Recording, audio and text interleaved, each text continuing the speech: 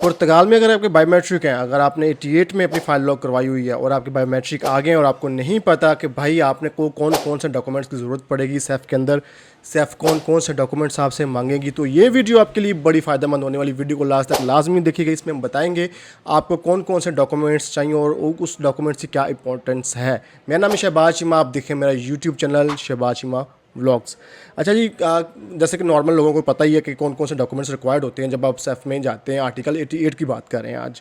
पहले भी मैं इस पर वीडियोस बना चुका हूं, लेकिन फिर किसी की ऑन डिमांड जो मेरे व्यूवर्स हैं, मेरे सब्सक्राइबर, उन्होंने कहा जी एक वीडियो बना दीजिएगा ताकि हमें फिर से पता चल सके कि दो लोगों को मार्केट में काफ़ी लोग ऐसी खबरें भी फैला देते हैं कि आपको ये डॉक्यूमेंट चाहिए, ये डॉक्यूमेंट चाहिए, फिर लोगों के पास होता नहीं है, लोग घबरा जाते हैं ये डॉक्यूमेंट है क्या।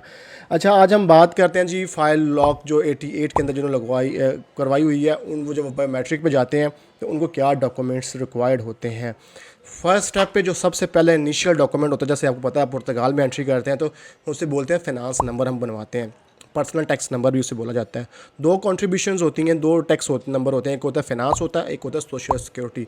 फाइनेंस होता है जो आपकी पर्सनल एक्टिविटीज़ के ऊपर बेस कर रहा होता है, और जो सोशल सिक्योरिटी है वो आपकी वर्किंग यानी एम्प्लॉयमेंट के ऊपर या बिज़नेस के ऊपर बेस कर रहा होता है। तो ये दो चीज़ें होती हैं। फाइनेंस पे आपको इनकम टैक्स वो करना है, आपने एम्प्लॉयमेंट टैक्स होता है। ये दो टैक्स हैं, ये जो मोस्ट इंपॉर्टेंट, ये सबको बनाना ज़रूरी है और ये हर किसी के पास होते हैं। पहला नंबर पे आपको चाहिए फाइनेंस नंबर। सेकंड नंबर पे आपको चाहिए सोशल सिक्योरिटी नंबर, जिस पे आपके टैक्स प्रॉपर पे होने चाहिए जब आपने बायोमेट्रिक पे जाना है। थर्ड नंबर पे आ जाता है जो मोस्ट इंपॉर्टेंट डॉक्यूमेंट है, आपका जुनता जिसे बोलते हैं, प्रूफ ऑफ एड्रेस जिसे बोलते हैं, वो होना चाहिए। और वो आपने जब जाना है बायोमेट्रिक पे कोशिश करें वो नया लेके जाएँ, वो मोर देन 3 मंथ से ज़्यादा पुराना ना हो, यानी कि 3 महीने तक उसकी वैलिडिटी जो उस पर डेट डालते हैं उतनी होती है। तो उसका समटाइम्स पुराना भी चल जाता है, एक्सेप्ट वाले सेफ वाले एक्सेप्ट कर लेते हैं, लेकिन आप कोशिश करें नए वाला लेके जाएं, होमवर्क अपना कंप्लीट करके लेके जाएं, ताकि जो सेफ वाला इंस्पेक्टर है उसके मूड पर डिपेंड करता है। अगर मांगे नया तो भाई आपका नया ही होना चाहिए। आगे चौथे नंबर पर जो आता है वो आपकी उन्होंने लेनी है सैलरी स्लिप्स लेनी है। सैलरी स्लिप्स जो जहाँ पे आप काम कर रहे हैं, अगर लीगल एंट्री के साथ आए हैं तो 6 टैक्स आपके होना ज़रूरी है इमिग्रेशन के अंदर, सॉरी सोशल सिक्योरिटी के अंदर, और लास्ट 3 सैलरी स्लिप्स आपके पास होना ज़रूरी है, और रनिंग कॉन्ट्रैक्ट आपके पास होना चाहिए जो सोशल सिक्योरिटी के ऊपर रजिस्टर हो। उसके बाद जी आप ये होगी, फिर आपको एक डिक्लेरेशन चाहिए होती है जिसके अंदर आपका कंपनी की तरफ से एक स्टेटमेंट लिखी होती है कि भाई ये बंदा हमारे पास डेट से हमारे पास काम कर रहा है। एक डिक्लेरेशन होती है, इसकी ये सैलरी है, एक नॉर्मल स्टेटमेंट होती है, से हम कंपनी की डिक्लेरेशन बोलते हैं। जहाँ आप काम कर रहे हो वो आपका एम्प्लॉयर जो है वो आपको प्रोवाइड करता है। ये भी आपने साल लेके लाजमी जानी है। एक चीज़ हम भूल गए आपको बताना, लीगल एंट्री। अगर आप लीगल एंट्री के साथ आए हैं तो फिर आपको लीगल एंट्री का प्रूफ भी देना पड़ेगा। जैसे कि आपके पास वीज़ा पे, शेंजन वीज़ा पे आए हैं, शेंजन वीज़ा देना पड़ेगा आपको। अगर आपने होटल की एंट्री करवाई हुई है लीगल एंट्री होटल की तरफ से तो वो भी चल जाएगी। अगर आपके पास होटल की रसीद है वो भी लीगल एंट्री कंसिडर होगी।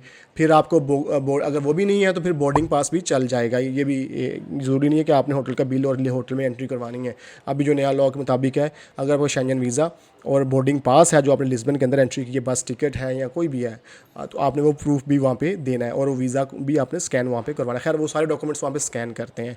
तो ये डॉक्यूमेंट्स हैं। अब यहाँ पे जो लोग ज़्यादा कन्फ्यूज़ होते हैं, यहाँ पे लोग आपको कहते हैं जी आईआरएस भी लेके जाएँ। आप आईआरएस की भाई ज़रूरत नहीं होती। आईआरएस ईयर तो आप देखें आप काम कर रहे होते हैं, अगर जमा करवाई है तो कोई इशू नहीं है। अगर आप नहीं भी करवाते ना, फिंगर्स पे नहीं लेके जाते साथ में, तो वही वो सेफ की रिक्वायरमेंट नहीं है आईआरएस जमा करना। ये आपका पर्सनल स्टेटमेंट है, पर्सनल इनकम टैक्स है, पर्सनल वो आपने डिक्लेरेशन देनी है फाइनेंस के अंदर। अगर आपने वो नहीं दी हुई तो भाई कोई मसला नहीं है, सेफ का इसके साथ दूर दूर तक ताल्लुक नहीं है। फिर आप एक और एडिशनल डॉक्यूमेंट्स बता रहा हूँ जिसमें आप फाइनेंस की डिक्लेरेशन भी साथ निकलवा के लेके जा सकते हैं, भाई फाइनेंस में आप बिल्कुल क्लीन है।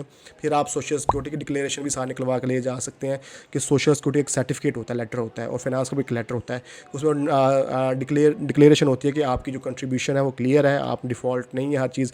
ये दो एडिशनल बता रहा हूँ डॉक्यूमेंट हैं, इसमें इनकी ज़रूरत नहीं है वहाँ पर, क्योंकि ऑलरेडी सेफ के पास आपकी एक्सेस होती है, वो चेक कर सकते हैं आपका सोशल भी और फाइनेंस भी। लेकिन एडिशनली अगर आप चाहें तो ले जाएं, कोई बात नहीं। अगर आप वो तो हो सकता है कि सेफ का इसकी वजह से कोई टाइम सेव होता हो, बचता हो कि आपने ऑलरेडी फाइनेंस की और सोशल की डिक्लेरेशन साथ दे दी। अगर नहीं है तो कोई मसला नहीं है। तो ये थी जी आर्टिकल 88 वालों के डॉक्यूमेंटेशन।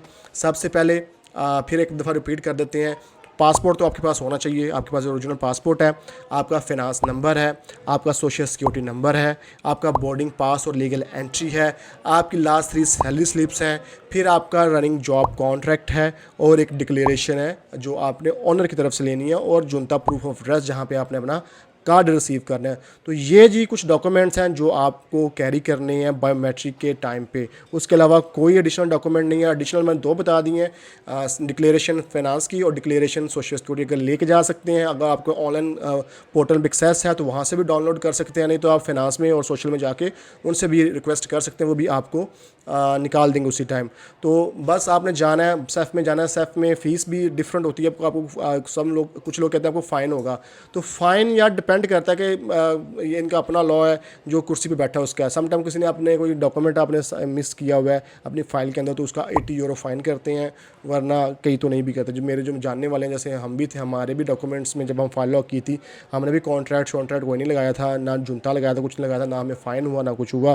तो अल्हम्दुलिल्लाह हमारे फिंगर भी हुए, कार्ड भी आगे रिन्यू भी हो गया, सिस्टम चल रहा है। तो डिपेंड करता है वो सेफ वाला आपको फ़ाइन करता है या नहीं करता। अगर कर दे तो 80 यूरो से ज़्यादा नहीं करेगा। तो मेरा अपना ख्याल है कि आपको काफ़ी पॉइंट्स क्लियर हो गए होंगे। जिन्होंने डिमांड की थी वो भी देख रहे होंगे वीडियो को। तो चैनल को लाइक शेयर एंड कमेंट लाजमी कर दें, आप लोगों की सपोर्ट की बहुत बहुत ज़रूरत है। मिलते हैं नेक्स्ट वीडियो में। नेक्स्ट वीडियो में हम डिस्कस करेंगे आर्टिकल 89 के अंदर आपने कौन कौन से डॉक्यूमेंट कैरी करने हैं अपने बायोमेट्रिक वाले दिन, कि आप सेफ में कौन कौन से डॉक्यूमेंट अपने प्रेजेंट करें। अपना बहुत सारा ख्याल रखें। मिलते हैं नेक्स्ट वीडियो में नए टॉपिक के साथ जी। अल्लाह हाफिज़।